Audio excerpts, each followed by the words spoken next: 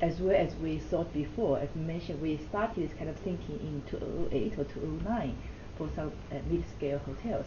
But because we started a bit higher, so we started something like a bit far from our original economy format. So it took us much more longer time to search or find proper products and the right model. Yes. So we really started the acceleration of the mid-scale only from 2015. Before that, we are really a kind of try and search area. Yes, because I but sometimes our competitors grew. I mean, they Yes. actually started a little bit in the meanwhile. China Lodging actually had, well, as Kathy said, we started thinking about it, formulating the product in 2000, I think it was late 2008, early 2009. But our positioning, we were thinking about starting high, and then we can have an opportunity to come down. But given the resource constraint and the mentality of our internal resource, as well as our existing customer base, the first e-tail was not as successful as we had imagined. Actually, the first e-tail is the one right next door that's currently in the renovation. It opened in 2009. So since that prototype, we went through several iterations until we formally relaunched the e-tail brand in 2011. But as Kathy said, we did not start to pick up meaningfully in 2014, 2015. Meanwhile, China Lodging started their mid-scale initiative in 2011, 2012, and over the past 3 years, 3 or 4 years, unfortunately, they've caught up a little more than us in the mid-scale segment. yes, I think generally of you as having been a bit late to the mid-level market and perhaps a bit slow, which was why I was interested that you had said that your ideas, you were thinking about it as early as 2008 and 2009. Can you just tell me again why you think that happened? There you were in 2008 and 9 with a good idea about, as it turns out, about mid-scale hotels, and somehow not following through on it as fast as China Lodging. We started. How did that happen? I think our position is not very appropriate. We started a bit higher. So Hongming is the economy hotel. For example, it's kind of 150 RMB kind of price. When we want to go to mid-scale, we go to maybe a bit too far, go to about double price, to 300 kind of type of the price. Yes. And with this target, we have this search for products and the whole business model. But it looks we started a bit too high, and so the whole kind of development has become more difficult. Yes. While for China Lodging, they started a different position. The position at around 220 or this kind of range. So compared with 150 is a kind of 30 or 40% of increase of premium. But we start from 100% premium. Yes. A step too far.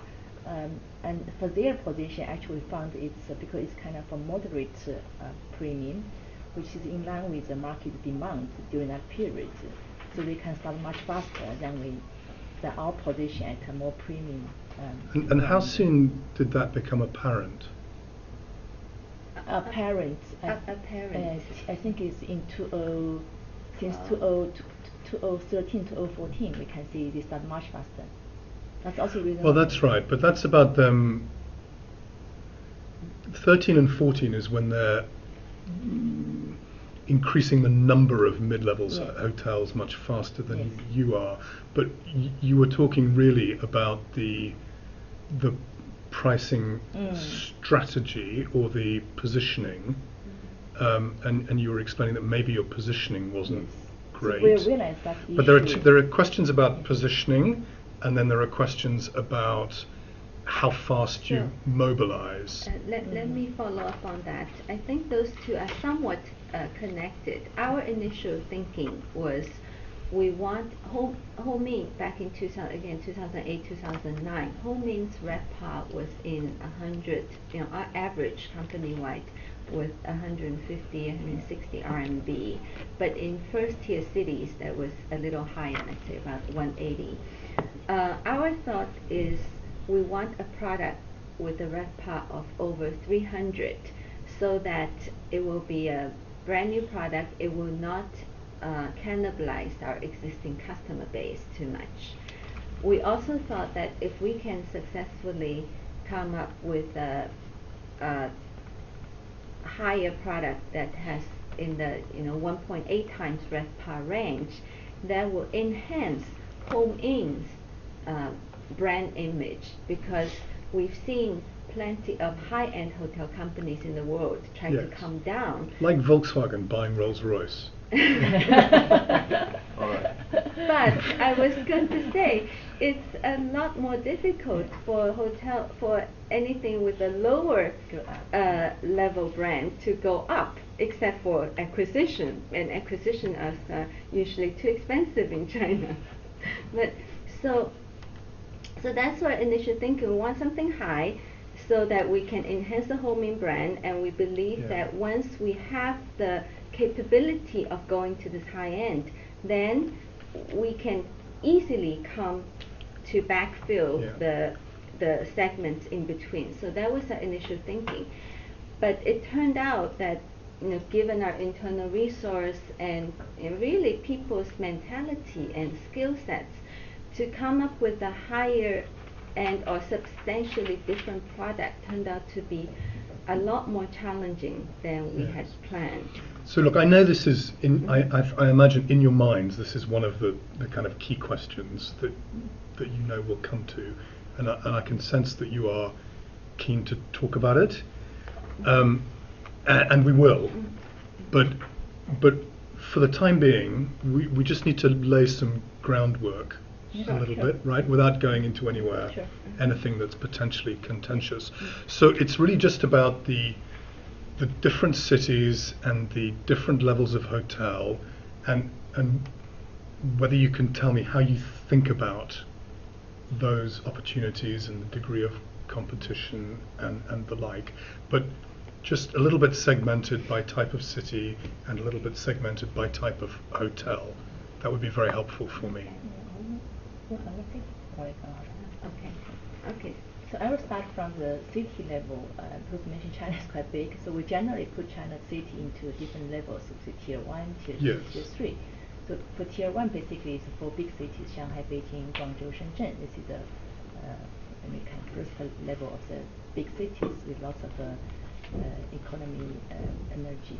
Then for the capital city of the province, we call it tier 2 cities.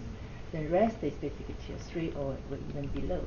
And just because my geography is hopeless, but you could tell me just something about what would be the population of a provincial capital?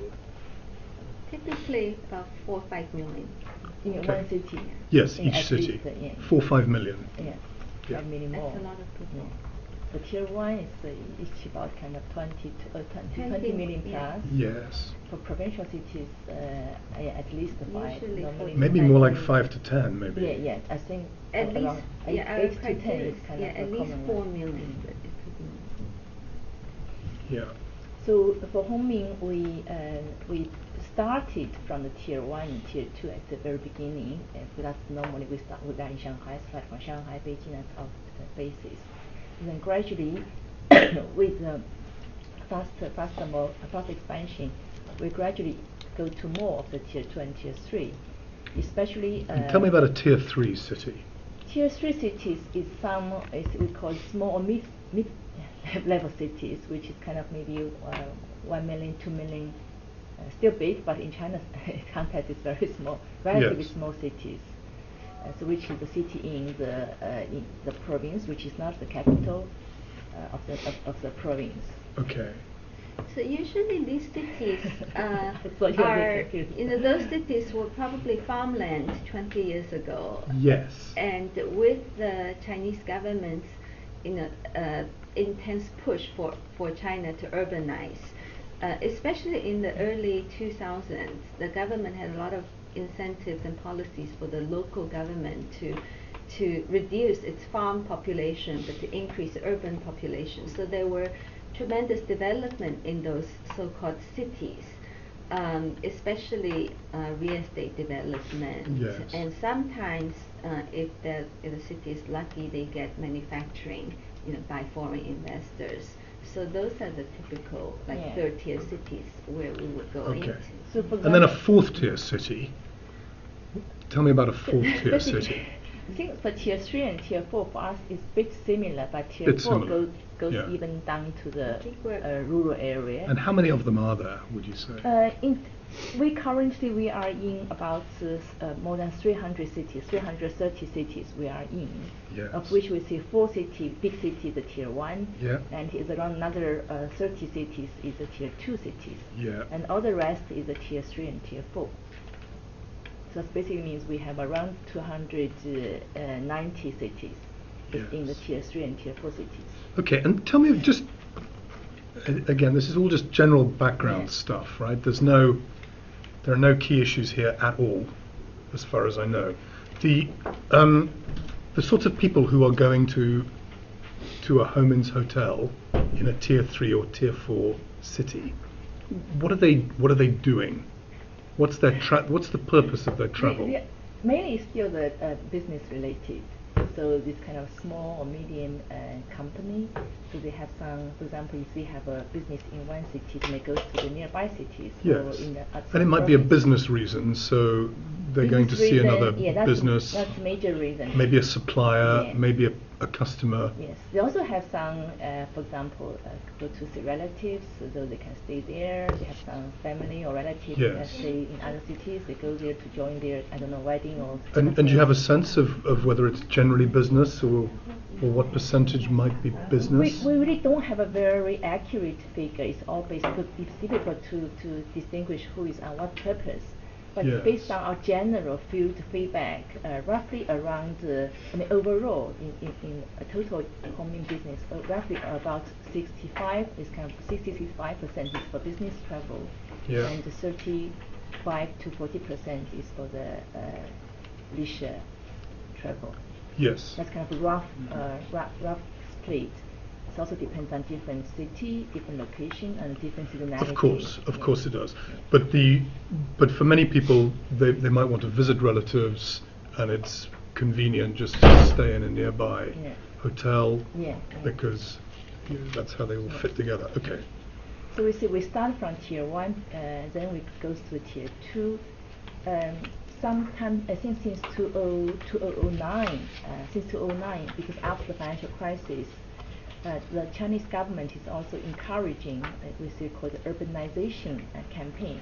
So they give lots of economy incentives to push the tier 3 and tier 4 cities to develop their business, including lots of set up company, have some special policies for tax, etc. So we see this is going to be a big thing for Chinese economy at that time. So at that time, Hongmin is already the head of a leader of the whole industry. So we almost have a quite good presence in tier 1 and tier 2 cities. So we also want to expand faster and capture the opportunity as much as we can. So we follow this government kind of direction to motivate the urbanization.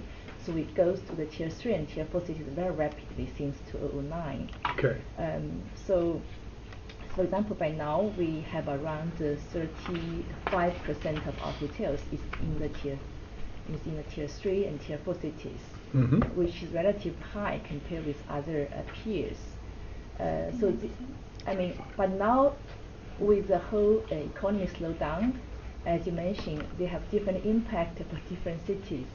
For tier 1, I think Yes. it's always the center of the economy for China. So even under the financial pressures or softer economy, tier 1 is still growing better than all the other city levels.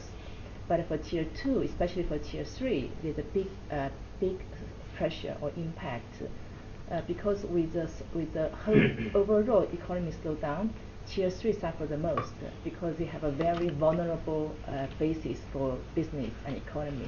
And now Chinese government don't mention any urbanization anymore. Yes. So, but just help me to understand that, yeah. because the point earlier on was that although there's a slowdown, it's really more of a deceleration or a reduction in the rate of acceleration. I mean, there are presumably still. It's not that the number of business travellers is falling; it's that it's not growing as fast as it used to. Right. So how does the effect flow through then in the tier 3 and tier 4 cities? And for tier 3, tier 4 cities, there's no growth of the demand in tier 3, so the consumption level or consumption is almost the same as as before. But Yes. with a little bit more supply, Yes. it's going to dramatically impact the performance of the hotel. For example, if in 2008 or 2009, we as the first branded economy hotel, we enter into one tier 3 city.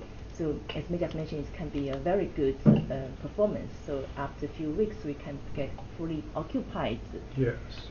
It's become very good. Then next year, another one competitor come. So we have two Yes. hotels there. Then our performance will be drop very sharply because the Yes. demand not increased, but your supply increased. Your competitors come into the cities. Yes. I And understand. the demand increase, 5, 6, 10, even 10%. The supply doubles. Then Yes, Yeah. that's right. Yeah. So So it's an overbuilding problem. Is what is the way that I think of it, rather than yeah, if you compare with it's an economic slowdown as against the expectations when people were forming their supply. Especially in the third and fourth tier cities. Especially in the Yeah. third and fourth tier cities, right, where perhaps for a while you were the only, Yeah. or pretty much the only Yeah. people there. So as soon as one competitor comes in, then yes, that's a big increase in the Yeah. level of competition. So- Okay, So as and mentioned, then it's not because we have the highest percentage of the tier 3 city presence. So now it's actually become one of our disadvantages because tier 3, the whole RevPAR declined the most compared with tier 1 and tier 2. So we have Yes. more than 35% of the hotel in tier 3. And then before it's become one of our strengths, but now it's become one of our disadvantages Okay. to impact our future profitability and performance. That's the reason why we want to shift our strategy in future to more in the tier 1 and tier 2 for the mid-scales especially. So is that the reason why you're closing some of the hotels in the tier 3 cities?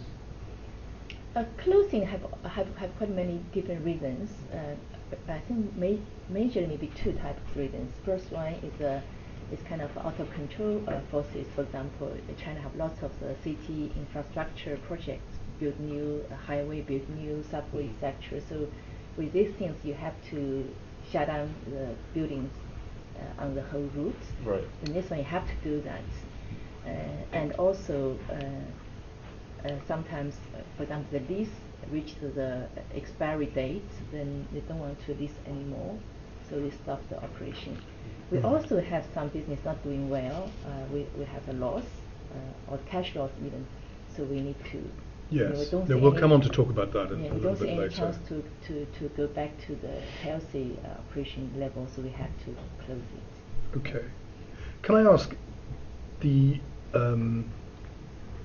would it be fair to say that your competition is really primarily Chinese hotel operators rather than international hotel operators?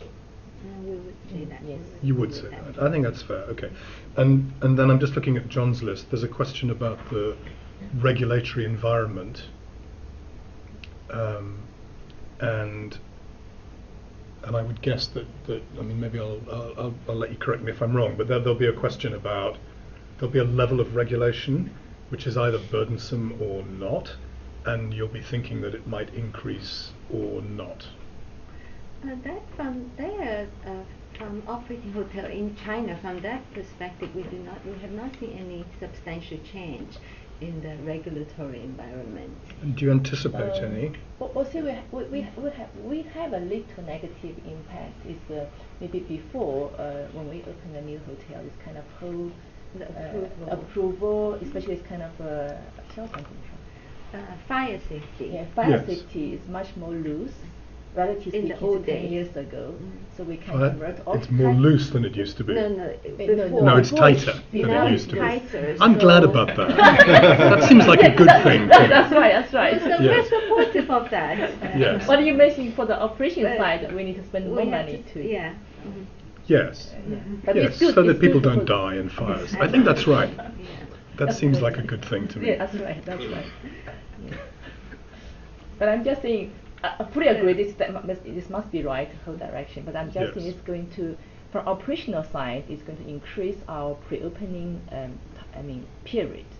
Because you need to get all the approval, and the Yes. approval could be a bit lengthy. But generally it's a good thing, Yeah. let me tell you, Yeah. because it raises But, barriers to entry, correct. it makes But it harder for financially the new could competitors increase to come some in. kind of cost for. But for- no No, substantial not regulatory Fine. changes. Okay.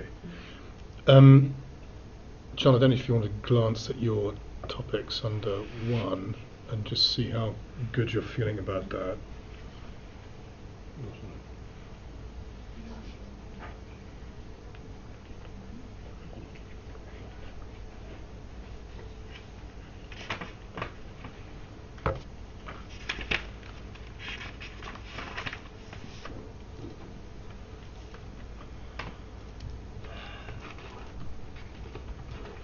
Maybe you could just tell us a little bit about North and West and South. North and South. Geographically. Yeah. Geographic, I like it, yes. Something about the extent of Yeah, physical dispersion. And I know you've got some particular brands that operate in the South. Yeah, put this way, we put more attention on this tier 1, tier 2, tier 3.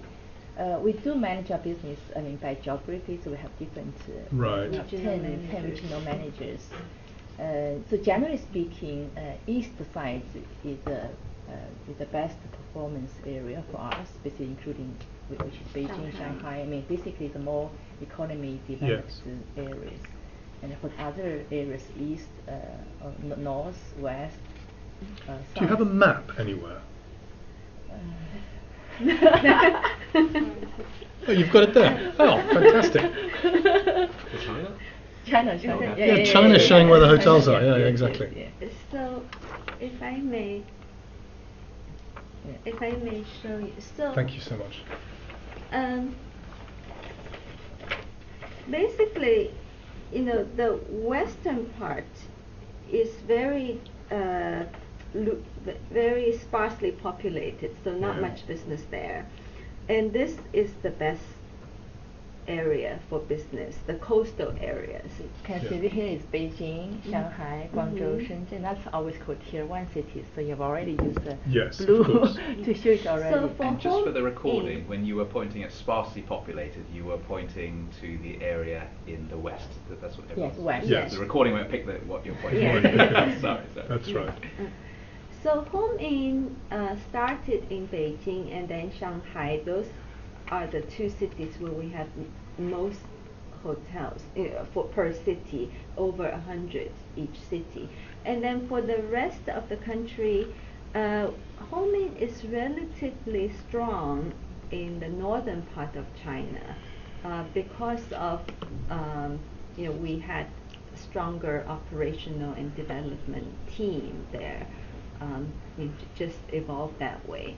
And then we strengthened our position in the coastal area by the Motel 168 acquisition back in 2011. They were fairly concentrated in Shanghai and surrounding area. So I think that, but overall Home Inn is very well diversified, and our footprint pretty much is fairly Almost cover in the- line with the population and the economic activity in China. So you are, as it were, Yeah, national coverage. right, you have good national coverage, Yes. Yes, is what you would say. yes, Not weak in any geographical area. that's No. correct. Correct. Okay. Well, so John's second topic is about history, and we've touched on some little bits of history already. But you were just talking about the motel acquisition. And I think of that as having been something which took probably a fair amount of management attention over a few years until 2014. And maybe you could talk a little bit about that. Sorry, if I may. So we have a number of very granular questions, which, given the time we have available, I don't think we can actually get through. But what I would like to do, there's one question on the topic of industry that's more high level that I think I would like to hear some thoughts on, if I may, Chris. Of course. With alternative hospitality platforms like Tugia, Airbnb, etc., how is that impacting the home-in segment? Historically, what measures are you taking to kind of identify and address that? And how do you feel that will be in the future for home-ins? We think the emergence of these platforms is a mild threatening factor to home-ins. It dilutes the today, with all the online platforms and with the online content being able to show customers much better in terms of what they're getting, as well as with all the customer comments like TripAdvisor type of comments. Our prospective customers have a lot more choices and a lot more information. That actually makes any brand weaker or less important relatively. Customers still, we think about home-ins, one of home-ins' strengths as being we have the brand, and the brand represents standardization and quality assurance.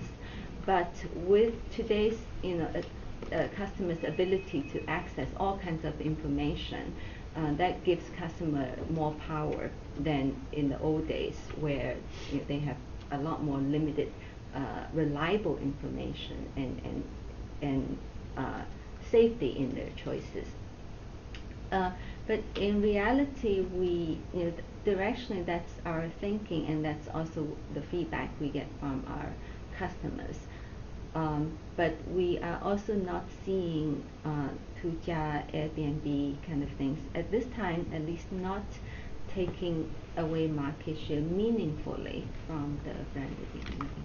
Yeah, they have some impact, but at current stage we don't see a very we cannot visible yet kind of quantify it, let's say 5%, 10%. But it's growing. I think they are growing. Around the world. Yeah. Yes. So that's an issue, I think, for all branded hotel chains. Yes. Yes. So the history of 2011 onwards, you talked a little bit about 8 and 9 and 10, but maybe you can give us